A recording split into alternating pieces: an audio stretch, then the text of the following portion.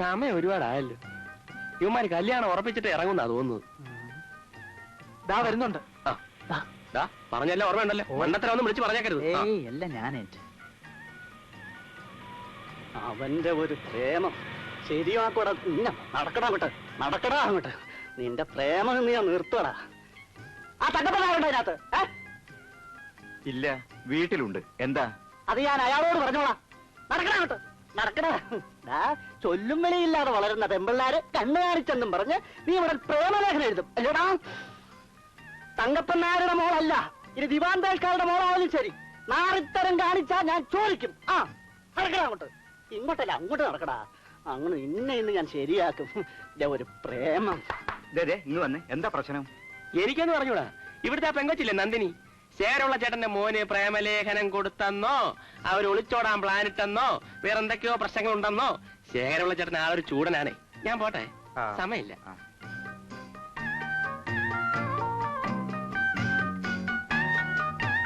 വണ്ടി വിടും. വില കുറച്ച് കുറഞ്ഞാലും ബസ് ഇപ്പൊ വിൽക്കാമെന്ന് വിചാരിച്ചത് ഇഷ്ടമുണ്ടായിട്ടല്ല. ഞങ്ങളുടെ എല്ലാ ഐശ്വര്യങ്ങളുടെയും കാരണം ഈ ഒറ്റ ബസ്സാണ്. മുത്തച്ഛന്റെ കാലത്ത് വാങ്ങിച്ചതാ. അപ്പോ ഒരുപാട് പഴക്കണ്ടാവൂലേ? മണ്ണും വണ്ടിയും എപ്പോഴും പഴയതാ നല്ലത്.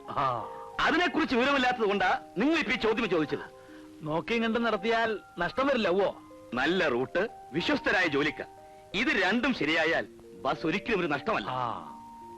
റൂട്ടെന്ന് പറഞ്ഞാൽ ആ നാട്ടിൽ വേറെ ബസ്സില്ല. പിന്നെ മേൽനോട്ടം, അതിനിപ്പോ ഞാനുള്ളത് കൊണ്ട് അങ്ങനെയും ഒരു ബുദ്ധിമുട്ടില്ല. വേണ്ടും വിധം സ്നേഹിക്കുകയും പരിപാലിക്കുകയും ചെയ്താൽ ഞാൻ അതിശോക്തി പറയല്ല. മനുഷ്യനേക്കാൾ വിശ്വസ്തനാണ് ഈ ബസ്. നല്ല മുഖലക്ഷണുണ്ട്. ആർക്ക്? വണ്ടിക്ക്. എന്താച്ചാ ഉറപ്പിച്ചോ? അത് അങ്ങനെ അങ്ങ് ഉറപ്പിച്ചു. ഇതാ തങ്കപ്പൻ നായർ. അച്ഛാന്ന് വിളിച്ചതുകൊണ്ട് മകനാണെന്ന് മനസ്സിലായി. എന്ത് ചെയ്യണു? അവനങ്ങ് ഗൾഫിലാ. ഗൾഫിൽ എന്ത് ചെയ്യണു? എനിക്ക് സ്വന്തമായി ബിസിനസ്. എനിക്കിവിടെ 2-3 ഫ്ലാറ്റുകളുണ്ട്, ബെൻസ് കാറുണ്ട്, സ്വന്തം ബോട്ടുകളുണ്ട്, കപ്പലും ഉണ്ട്. കണ്ടാ തോന്നില്ലല്ലേ? സത്യത്തിൽ ഇവൻ ഗൾഫിൽ പോയത് കൊണ്ടാ ബസ് വിൽക്കാമെന്ന് വെച്ചത്. ആണായിട്ടും പെണ്ണായിട്ടും ഇവൻ ഒരുത്തനേ ഉള്ളൂ. ഞാൻ അകത്തേക്ക് ചെല്ലട്ടെ. കുവൈറ്റിൽ നിന്ന് 10-15 ഫോൺ കോൾ വരാനുണ്ട്. ചെല്ലേ, വിളിക്കുന്നവരോട് മറുപടി പറഞ്ഞ് ഞാൻ തോറ്റു.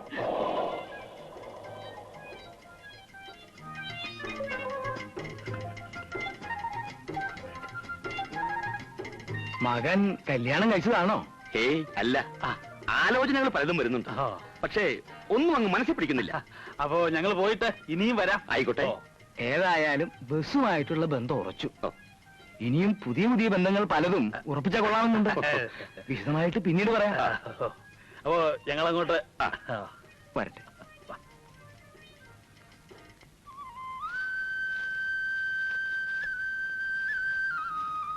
രമണി, ഇന്നലെ വൈകുന്നേരം വെള്ളം നനച്ചില്ലേ? നനച്ചോ? എവിടെ നനച്ചു? ദേ, ഞാൻ അച്ഛനോട് പറഞ്ഞു കൊടുക്കും കേട്ടോ. ഇതൊക്കെ വാടിയിട്ടുണ്ടല്ലോ. നന്ദിനി, മുതലാളി അമ്മ മേൽനോട്ടത്തിന് ഇറങ്ങിയതാവും. അമ്മാവൻ പുതിയതായി വാങ്ങിച്ച ബസ്സിന് നിന്റെ പേരാണ് ഇടാൻ പോകുന്നത് കേട്ടല്ലോ. Nandini transport company. നല്ല ഉചിരം പേര്. അതിന് ഈ പറയുന്ന ആൾക്ക് ഒരു നഷ്ടമില്ലല്ലോ. ഞങ്ങളുടെ ബസ്സിന് ഞങ്ങൾക്ക് ഇഷ്ടമുള്ള പേരിടും. അതിനിപ്പോ എന്റെ പൊന്നിനും കൂടെ ദേഷ്യപ്പെടുന്ന എന്തിനാ? ദേ, അച്ചോട്ടിന് എപ്പോഴും എപ്പോഴും എന്നെ ഇങ്ങനെ കളിയാക്കാൻ ഞാൻ അച്ഛനോട് പറഞ്ഞു കൊടുക്കും. നിന്റെ അച്ഛൻ ആര്? കളക്ടറോ? പാടി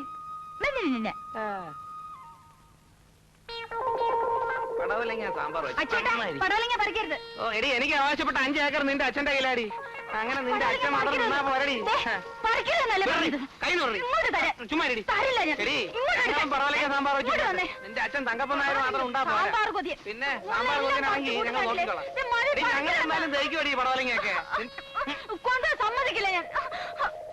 നോക്കിക്കോ, ഞാൻ അച്ഛനോട് പറഞ്ഞു കൊടുക്കും. പോയി പറഞ്ഞു കൊടുക്കും. 1, 2, 3, 4, 5, 6 പടവലങ്ങ 2 വെള്ളരിക്ക.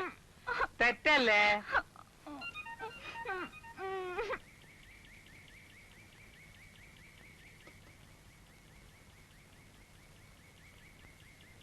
ഇനിയും ഒരുപാട് പോണോ? ഇതാ ഈ വഴി പോണം.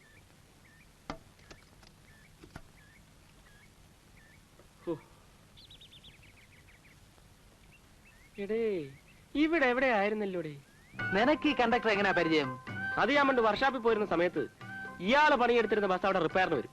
അന്നേ ഇയാള് ഭയങ്കര മോഷണമായിരുന്നു. മോഷണമായിരുന്നെന്ന് ഒരു 3-4 ബസ് മുതലാളിമാരെയെങ്കിലും ഈ രാഘവൻ കുത്തുവാളെടുപ്പിച്ചിട്ടുണ്ട്.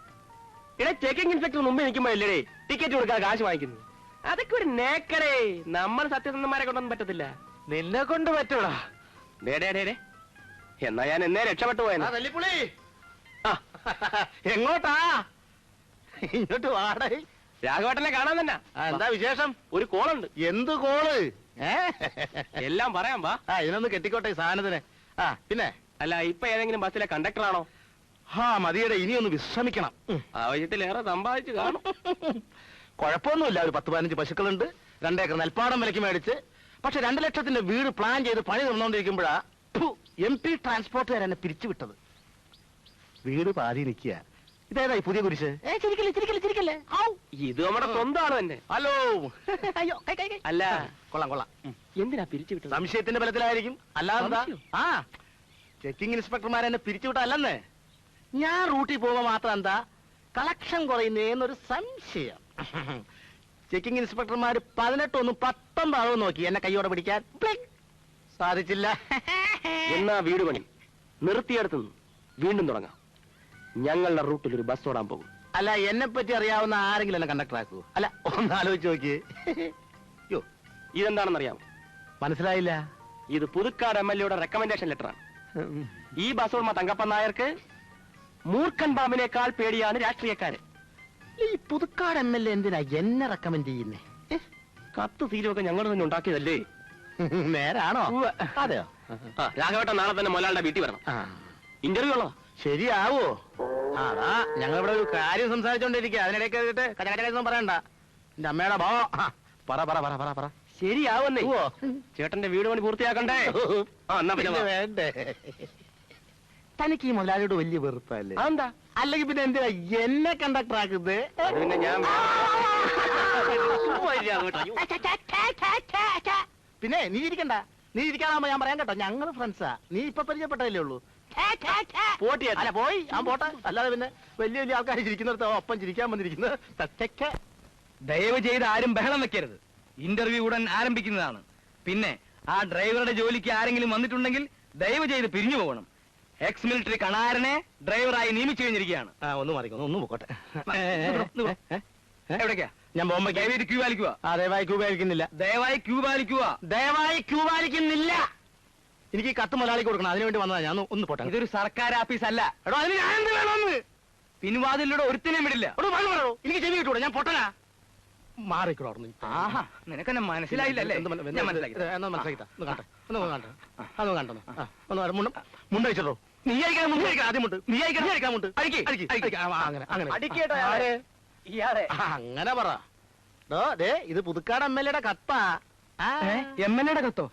നേരത്തെ പറയണ്ടേ? അതല്ലേ നേരത്തെ പറഞ്ഞത്.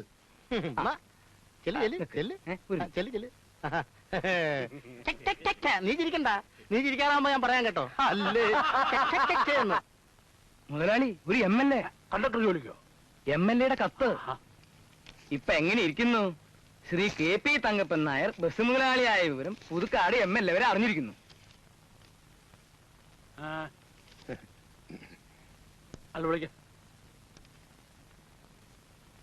ഇത്രയും സത്യസന്ധനായ ഒരാളെ കണ്ടക്ടർ ജോലിക്ക് കിട്ടുകയില്ലെന്നാണ് MLA എഴുതിയിരിക്കുന്നത്. MLA പറഞ്ഞ ആളല്ലേ, സത്യസന്ധതയൊക്കെ കണക്ക് തന്നെ ആയിരിക്കും. നമസ്കാരം. രാഘവൻ. അതെ. മുൻകാല പരിചയം എന്ന് വെച്ചാൽ മുൻപ് എവിടെ ജോലി ചെയ്തിരുന്നു എന്ന് ചോദ്യം. ഞാൻ KSRTC-ലായിരുന്നു. എന്നിട്ട് എന്നെ അവിടുന്ന് പിരിച്ചു വിട്ടു. പിരിച്ചു വിട്ടോ? അതെ. എന്തിന്? തൊഴിലിനോട് കൂറ് കാണിച്ചതിന്. എന്ന് വെച്ചാൽ വ്യക്തമായി പറഞ്ഞാലേ മുതലാളിക്ക് മനസ്സിലാവൂ. എന്ന് വെച്ചാൽ ചുരുക്കി പറയാം. ട്രാൻസ്പോർട്ട് മന്ത്രി ഒരു ദിവസം പരിശോധനയ്ക്കാണെന്നും പറഞ്ഞ് വണ്ടി കയറി. അയാളുടെ കയ്യിൽ ടിക്കറ്റോ പാസോ ഉണ്ടായിരുന്നില്ല. തിരുവനന്തപുരത്ത് നിന്നും പുറപ്പെട്ട വണ്ടി പട്ടത്തെത്തിയപ്പോ ഞാൻ മന്ത്രി ഇറക്കി വിട്ടു. പക്ഷേ ഇതേ വണ്ടി എറണാകുളത്തെത്തിയപ്പോ ഡിസ്മിസൽ ഓർഡർ തന്ന് ഡിപ്പാർട്ട്മെന്റ് എന്നെ ഇറക്കി വിട്ടു. പക്ഷേ അന്ന് എന്നെ അഭിനന്ദിക്കാൻ ഒരേ ഒരാളുണ്ടായിരുന്നുള്ളൂ, പുതുക്കാട് MLA. ആ ബന്ധമാണ് ഈ കത്ത്. കാര്യമൊക്കെ കൊള്ളാം. എന്ന് വെച്ചാൽ ഇതൊരു സ്വകാര്യ സ്ഥാപനമാണ്. നമുക്ക് വേണ്ടപ്പെട്ട ചില കക്ഷികൾ വണ്ടിയിൽ കയറിയാൽ അല്പ സ്വല്പം വിട്ടുവീഴ്ചയൊക്കെ ചെയ്യേണ്ടി വരും. അതിന് എന്നെ കിട്ടില്ല സാർ. എനിക്ക് ജോലി തരണ്ട. പക്ഷെ ഈ ഇരിക്കുന്ന സാക്ഷാൽ മുതലാളി തന്നെ ആയാലും ശരി, ടിക്കറ്റ് ഇല്ലാതെ വണ്ടി കയറിയാൽ ഞാൻ ഇറക്കി വിടും. എനിക്ക് ജോലി വേണ്ട.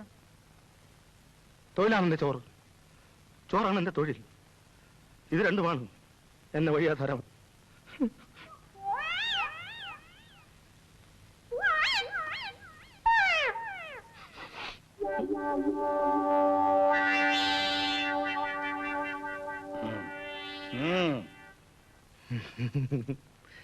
ഈശ്വരാധീനം.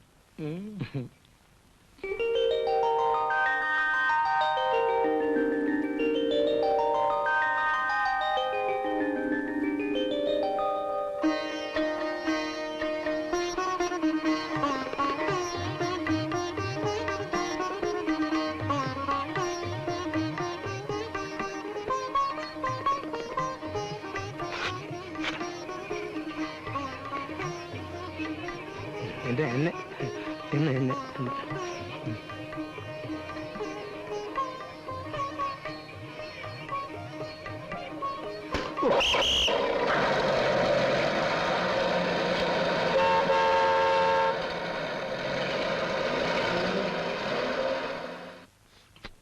ദുബായിക്കുള്ള ഒരു വിസ ഒത്തുകിട്ടാൻ സാധ്യതയുണ്ട്. അത് നടന്നാൽ അമ്മാവൻ എന്നോടുള്ള സമീപനം മാറ്റും. അതുവരെ അയാളെ വെള്ളം കുടിപ്പിക്കുക. രാഘവേട്ട, സത്യത്തിൽ എന്റെ അമ്മയ്ക്ക് അവകാശമുള്ള 5 ഏക്കർ തെങ്ങുംപുരയിടം അയാൾ കൈവശം വെച്ചിരിക്കുന്നു. അതും അതിന്റെ പലിശയും കിട്ടാതെ എന്റെ ഈ ജീവിതം കൊണ്ട് ഒരു പ്രയോജനവുമില്ല. രാഘവേട്ടൻ ഇരിക്കും, ഒരു അത്യാവശ്യ കാര്യമുണ്ട്. എന്താ പറയാം. അപ്പൊ ഈ കാപ്പിയുടെ കാശ് ഞാൻ കൊടുക്കണം അല്ലേ?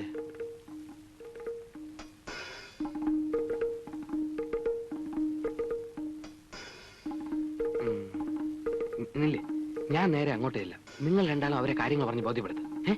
അവിടുത്തെ കാര്യം നീ ഏറ്റു, ഇവിടുത്തെ കാര്യം ഞങ്ങൾ ഏറ്റു. ശരി. ഒരാളെ അന്വേഷിച്ചു പോയിട്ട് അയാളെയും കാണാനില്ല. ഇതിപ്പോ ആരോട് ചോദിച്ചാലേ വഴി മനസ്സിലാവുക. അതിപ്പോ തങ്കപ്പനാരുടെ വീട്ടിലേക്കുള്ള വഴി അവനറിയാം. പറഞ്ഞു കൊടുക്കട്ടെ. നമസ്കാരം. ഇവിടെ നേരെ പോയി കഴിഞ്ഞാൽ വലത്തോട്ടൊരു വഴി കാണും, അതിലേ പോകരുത്. ഇടത്തോട്ട് പോകുമ്പോൾ ഒരു 2 ഫർലോങ് പോകുമ്പോൾ വീണ്ടും വലത്തോട്ടൊരു വഴി കാണും, അതിലെ 3ാമത്തെ വീടാണ് തങ്കപ്പനാരുടെ വീട്. താങ്ക്സ്. ശരി. പാവം, എങ്ങനെ കഴിഞ്ഞിരുന്ന ആളാ, ഇപ്പൊ സ്വത്തെല്ലാം ജപ്തി ചെയ്യാൻ പോവാണത്രേ. ആളുടെ കാര്യമാണ് നിങ്ങൾ പറയുന്നത്. നീ എന്തിനാ വെറുതെ ജപ്തിയുടെ കാര്യമൊക്കെ ഇവരോട് പറയുന്നത്? ഇവരൊന്നും അറിഞ്ഞിട്ടില്ല സ്ഥിതിക്ക് ഇഷ്ടം പോലെ ആയിക്കോട്ടെ, അത് അവരുടെ കാര്യം. ഒന്ന് ചോദിച്ചോട്ടെ, അല്ല തങ്കപ്പൻ നായരെ പറ്റി ആണെങ്കിൽ അറിയാൻ ഞങ്ങൾക്ക് താല്പര്യമുണ്ട്. മകളെ പെണ്ണ് കാണാൻ പോവാണേ, ചെറുക്കൻ ഗൾഫിലാ. ദാരിദ്ര്യവാസികളുടെ ഇടയത്തിന് ചാണ്ട കാര്യം ഇവനില്ല. നിങ്ങൾ പറഞ്ഞില്ലെങ്കിലും ഞങ്ങൾ അറിയും. എന്തോ നിങ്ങളുടെ മുഖത്ത് നോക്കി കള്ളം പറയാനും തോന്നില്ല. ഒരു പെൺകുട്ടിയുടെ ഭാവിയുടെ പ്രശ്നമാണേ. തങ്കപ്പൻ നായർ എന്നെ എല്ലാ സത്യവും നിങ്ങളോട് പറയും. ഒരു കാര്യം ചെയ്താൽ മതി. എന്ത് ചെയ്യണം? നിങ്ങൾ കല്യാണ പാർട്ടീസ് ആണെന്ന് പറയണ്ട. വെറുതെ സ്വത്തുവരെ അന്വേഷിക്കാൻ വന്നവരാണെന്ന് പറഞ്ഞ് സ്വയം പരിചയപ്പെടുത്തുകയാണെങ്കിൽ എല്ലാ കാര്യവും തങ്കപ്പൻ നായർ എന്നെ തുറന്നു പറയും. ഓഹോ, പോകാം. ശരി. അങ്ങനെ താങ്ക്സ്.